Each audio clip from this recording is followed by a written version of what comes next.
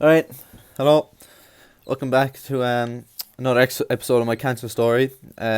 So today we are talking about my first visit to, or not my first visit, but my first chemo session in Crumlin. Now, Crumlin.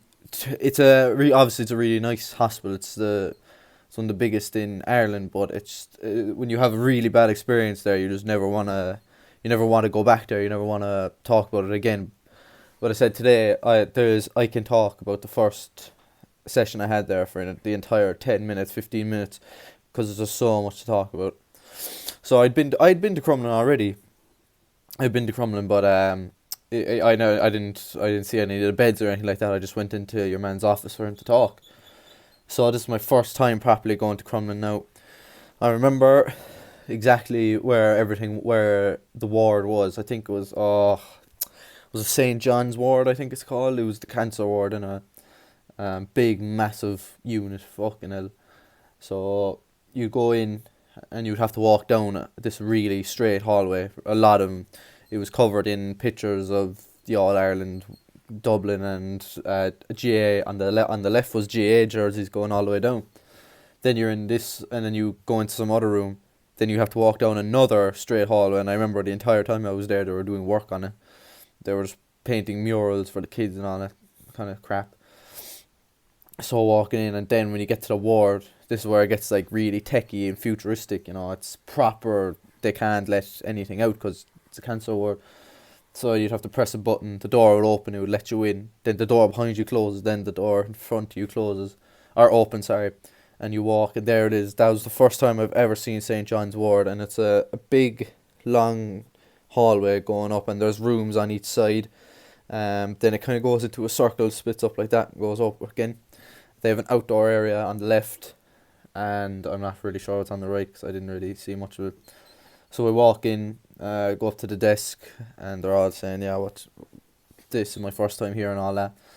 And then we get put into a room. Now, the first time I saw the room, I thought, "Wow, this is actually really cool. Like, this is amazing." It was proper futuristic. Had a big flat screen TV on the wall. The bed was really, really nice. It was a hospital bed, but it was a nice bed. You know, it was comfortable and had the buttons and all that. Nice bathroom. Place for my mom and dad to sleep if they were there. I remember it was just me. No, my whole family went up the first. Did they? Yeah, my whole family went up the first time, I think, and we were just there sitting around. It took a long time the first time. We were just sitting around for ages, and I wasn't really getting nervous or anything. No, I didn't know what really to do. The Olympics were on. I remember I told you that in my overview was the Olympics. The Olympics were on, and we were watching the boxing. Irish man was boxing in it, and it was good. You know, that kind of distracted me. And eventually, then they came in. It was my oncologist and the nurse came in with this massive book. I'll definitely I'll show you eventually because it has all my appointments and everything written down in it. And she goes, "Oh, you're gonna know so much about the cell after this now and all that." It's like, okay, grand. um, so yeah, she told us what's happening, what's going to happen, what happens when chemo goes in and all that. And the guy told us what happens. The oncologist, he tells us what happens as well. And then when they left, it was grand. But I actually wasn't starting chemo until the next day. But I wasn't 100% sure about that.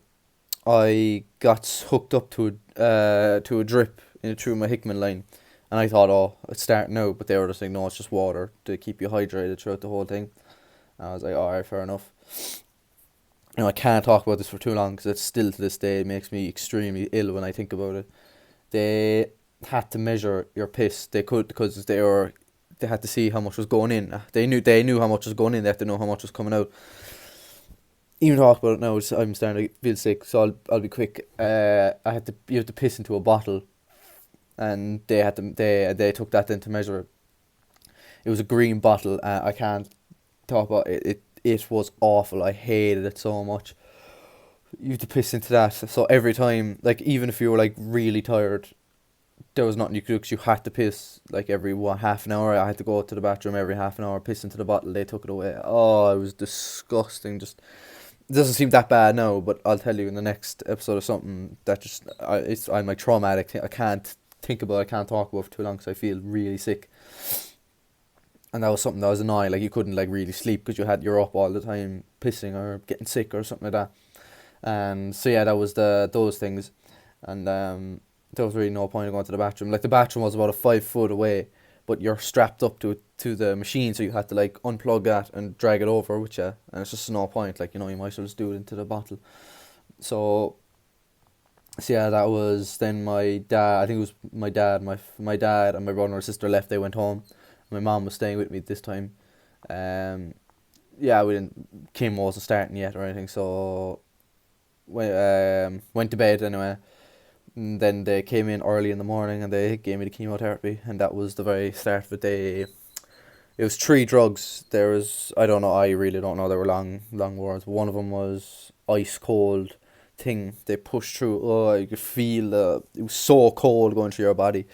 That was one of them. Another one then was a green one that got pushed through. And then the last one then was a drip, was a bag that took about 3 hours to empty. So they injected you with them first, walked away, and then came back maybe an hour later to put you on the drip.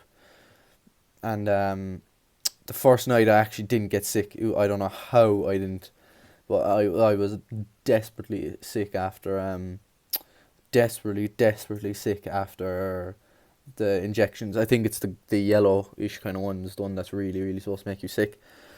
And yeah, I remember as well. I got really bad pins and needles all over my body, and it lasted about like 2 or 3 hours. I was there to what the hell's going on. I thought I was having like a really bad reaction to it or something, but it wasn't. It wasn't that bad. It was just the first. They say it happens to a lot of people. So yeah, I had really bad. I was feeling really sick. It was awful. It was because I didn't get sick. That was the only night I didn't get sick, and it was just awful. We were just there, and you're just feeling sick constantly. You're constantly sick, which is probably the worst part about it. So I remember Mr. Bean came on the TV, and that kind of distracted me for a while. It was hilarious, really funny. Um, that distracted me for a while, but then after a while, you get really like weak because you're basically just being poisoned for 3 nights for 3 days straight, and you get really weak, and you just decide you can't even move after a while, because before I hit that point, a woman came in. It was a nurse, but I can't remember, a counsellor kind of way or something. She got me out of bed, so I said, I'm feeling really sick, and she was like, oh yeah. So I got out of bed. She just said, just walk over there and back or something. I actually felt a bit better after that, but then when I hit that wall, I just conked. I literally couldn't even move my head. I was so weak. You get to that point where you can't even move your body because you're so sick and you're so weak. The only time you would get up is actually to just get sick or to piss because you had to. And I always recommended, why don't they just, like, I don't know, attach a tube to me, so then I don't have to get up, or something. I suggested the first, like, can you not just, like, I don't know, attach a tube to me, and then fucking, I don't know, because I didn't like getting up was awful, because you can't sleep at all. But it's hard to believe that the first night was actually like the easiest night. Well, I suppose not that hard to believe, but it was the easiest night because I didn't get sick, and I wasn't like traumatized by anything yet. I think the traumatizing came in like the fourth or fifth session, where small things set you off, that kind of way. But the first night, no, it wasn't. Wasn't the worst thing ever. Well, no, actually, no. I think actually no, it was the worst. It was the start of the worst thing ever. um, yeah. So that was the what has happened then. I can't really remember because when I hit the wall, I just I can't. Nothing really happens. I just sit down all day doing nothing.